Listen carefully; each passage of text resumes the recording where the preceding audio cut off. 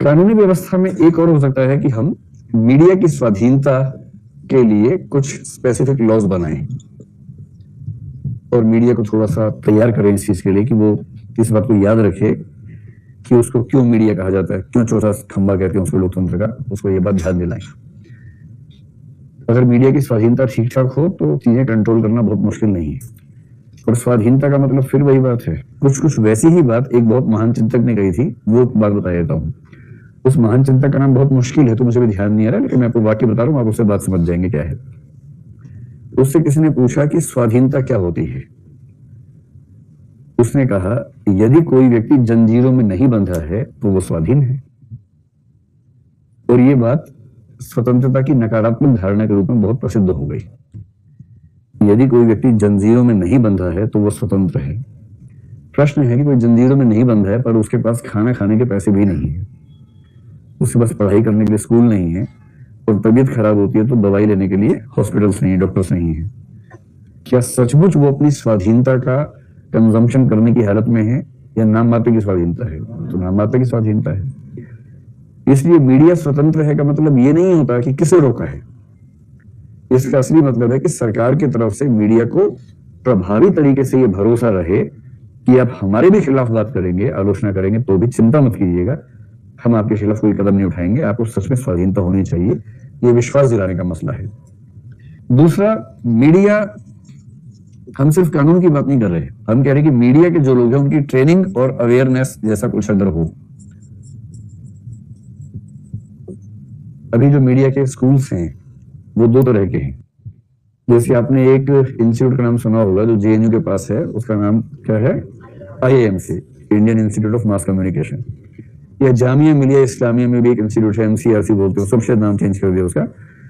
Mass communication research centre पहले हुआ करता था, जिसमें शाहरुख खान पढ़ता था, 1 साल पढ़ के फिर चला गया था यहाँ से। काफी अच्छा कोर्स माना जाता वो वाला। पर एक रोचक स्थिति है, अगर आप आईआईएमसी या एमसीआरसी चले गए और आपने वहां 2 साल या 1 साल जो भी कोर्स की पढ़ाई की, तो बहुत अजीब सी स्थिति है कि उसमें 70, 80, कभी कभी शायद 90% तक जो पढ़ाया जाएगा वो मीडिया की टेक्निक्स पे नहीं होगा, बल्कि वो उस समझ पे होगा जो मीडिया में जाने से पहले किसी व्यक्ति की होनी चाहिए। आप मीडिया में जाएंगे, 2 चीज चाहिए ना आपको। एक चाहिए लिखने, जैसे प्रिंट मीडिया में जा रहे हैं मान लीजिए, या वेबसाइट में आपको लिखने के लिए जाना है, आपको क्या चीजें होनी चाहिए आपके पास? पहली चीज होनी चाहिए कि आपके पास लिखने का कौशल हो। आप बहुत अच्छे तरीके से, बहुत कम शब्दों में बहुत सटीक बात लिख सकते हो जिसको पढ़कर किसी पाठक का मन करे पढ़ने का। एक तो ये स्किल चाहिए, लेकिन उससे पहले चाहिए वो चीज जो लिखनी है। ऐसे बहुत लोग हैं जिनकी लेखन कला बहुत अच्छी है पर उनको ये नहीं पता कि लिखना क्या है, तो सड़क छाप टाइप का लिखते हैं पर रोचक बहुत लिखते हैं। सड़क छाप किस्म की बात बहुत रोचक तरीके से लिखते हैं, और ऐसे पत्रकारों का बोलबाला है। ऐसे बहुत सारे अखबार, बहुत सारे चैनल्स हैं जिसपे इसी तरह की न्यूज चलती है रात दिन।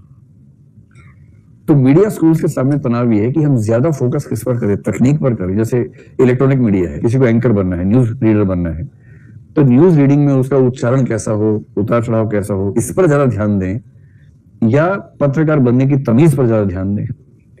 तो इन इंस्टीट्यूशंस में ज्यादा ध्यान है तमीज पर। हालांकि ये जरूर है कि इनकी विचारधारा एक तरफ झुकी होती है, जो लेफ्ट की तरफ बहुत ज्यादा झुकी हुई है, और इस वजह से वहां से पढ़ने वाले व्यक्तियों में बैलेंस की आमतौर पर बहुत खतरनाक कमी दिखाई देती है। ज्यादा अच्छा क्या है कि आपको सारी विचारधाराओं के बारे में बताया जाए, हर एंगल से चीज को देखने का नजरिया विकसित हो जाए, ये सही तरीका है। इन इंस्टीट्यूट्स में एक तरफ से देखने का बहुत अच्छा तरीका डेवलप हो जाता है, लेकिन वो लगता है कि एंटी एस्टेब्लिशमेंट वाला ही मोड हमेशा बना रहता है। पर कम से कम एक बात है कि उनको लगता है कि पत्रकार होने के लिए बेसिक जरूरत है सोचने का तरीका होना चाहिए। और बाकी इंस्टीट्यूशंस जो प्राइवेट हैं आमतौर पर, उनकी कोशिश क्या है? ज्यादा ताकत है टेक्निक पर, स्किल पर, प्रेजेंटेशन पर। और अगर मैं अभी की बात करूं मीडिया की, आप जो मीडिया में देखते हैं लोगों को, मेरे ख्याल से हिंदी के पूरे मीडिया में शायद 2-3 लोग आपको ऐसे दिखते होंगे जो तमीजदार किस्म के लोग हैं। मैं न्यूज रीडर्स की बात नहीं कर रहा हूं, क्योंकि वो अपना नहीं बोलते, उनके सामने आता रहता है टीवी पे, बोलते रहते हैं, उनको केवल बोलना होता है। मैं उन लोगों की बात कर रहा हूं जो अपनी तरफ से बात करते हैं।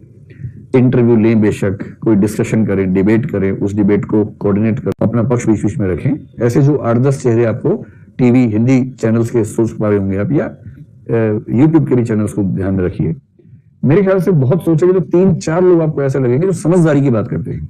अभी हमारा प्रश्न ये नहीं है कि वो इधर की बात करते हैं कि उधर की बात करते हैं, लेफ्टिस्ट है कि राइटिस्ट है। मूल बात है कि किसी भी विचारधारा से हो लेकिन समझदारी की बात करते हो, ऐसे लोग बहुतायत में हैं या कम दिखते हैं। और इसका मतलब हमारे मीडिया में जिस चीज की ट्रेनिंग देने की जरूरत है वो ज्यादा क्या है, विचारों की या टेक्निक की? विचारों की। इसलिए एक बात ये कही जाती है कि अगर मीडिया के स्तर पर हम ट्रेनिंग ऐसी दे सकें, अवेयरनेस दे सकें, जो मीडिया कर्मियों को ये समझाएं कि उनकी जिम्मेदारी क्या है, लोकतंत्र का चौथा खंभा होने को लेकर उनकी क्या जिम्मेदारियां बनती हैं, कैसे उनको सरकार की कमियों को उजागर करना चाहिए, उनसे लड़ना चाहिए विनम्र भाषा में। लेकिन अपनी लड़ाई तो कर सकते हैं, लड़ाई करने के लिए क्यों क्रूर होने की जरूरत है? तो और एक स्वस्थ मीडिया अगर किसी देश में है ना, उस देश में सरकारों की हिम्मत नहीं होती है कि वो कुछ गलत काम कर सके अगर मीडिया इंडिपेंडेंट है, स्वतंत्र है।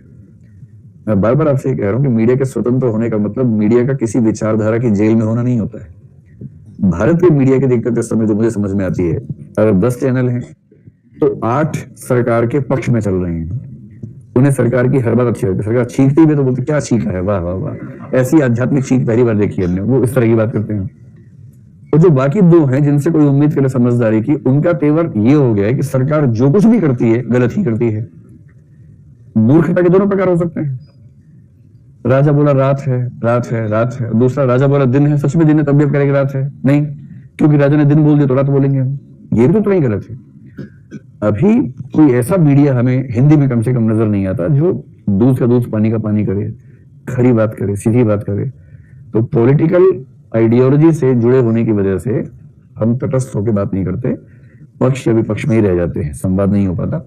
तो आप जो कहेंगे कि मीडिया कर्मियों को ऐसी ट्रेनिंग मिले जो उनके आइडियोलॉजिकल पक्षों को खोले, जिम्मेदारी के पक्षों को समझाए, अवेयरनेस पैदा करे और उन्हें यह समझाए कि सरकार का समर्थन या विरोध करना उनका धर्म नहीं है, तथ्यों की ठीक से पड़ताल करना, सही विश्लेषण करना, समाज तक पहुंचाना, ये उनका मूल काम है।